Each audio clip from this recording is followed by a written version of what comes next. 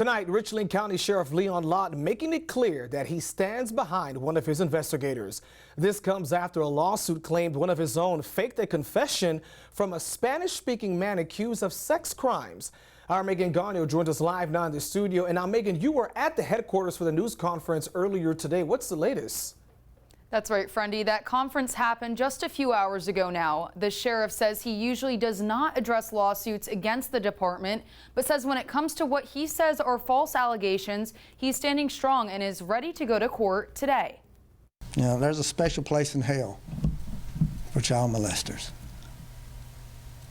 Special place. Sheriff Leon Lott holding a press conference announcing a counterclaim has been filed against a lawsuit on behalf of one of his investigators, Dina Levine. The lawsuit filed by the Shealy law firm on behalf of Edwin Mena and his wife claims investigator Levine fabricated a confession and ignored Mena's inability to speak fluent English and led him into giving a false confession. Levine speaks fluent Spanish and was therefore placed on Mena's case. If you throw rocks at us, don't expect me to sit back and take it. Mena was arrested 2 years ago and was charged with molesting 2 young girls a number of times. Sheriff Leon Lott says the investigation began after the young girls came forward and underwent forensic interviews, detailing years of abuse.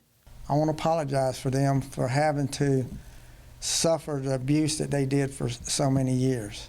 I'm sorry that that happened to them, but I am not going to apologize to anybody for us doing our job and arresting someone that needed to be arrested. Mena's legal team maintains that language barriers led to a coerced confession. Therefore, the sheriff's counterclaim that was filed was for defamatory statements against investigator Levine. My job is to hold these deputies and myself and this department accountable, make sure that we do the right thing and hold them accountable. But it's also my job to take up for them and stand strong for them when they're right. Gregory Torales, a community advocate for Spanish interpretation, says the news of the lawsuit and counterclaim should not cause alarm for the Hispanic community. He tells me he helped create a Spanish tip line with Richland County Sheriff's Department 20 years ago and says the community can trust deputies. There is a Spanish crime tip line that you can call and speak in your own language and feel secure, because we don't want folks to have to put up with crime being committed because they're afraid.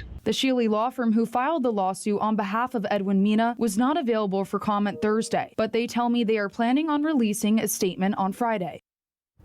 Now, the charges against Mena were dropped last month. That's after the Richland County Solicitor's Office met with his attorney. Sheriff Lott maintains that his investigator did nothing wrong. Back to you. All right.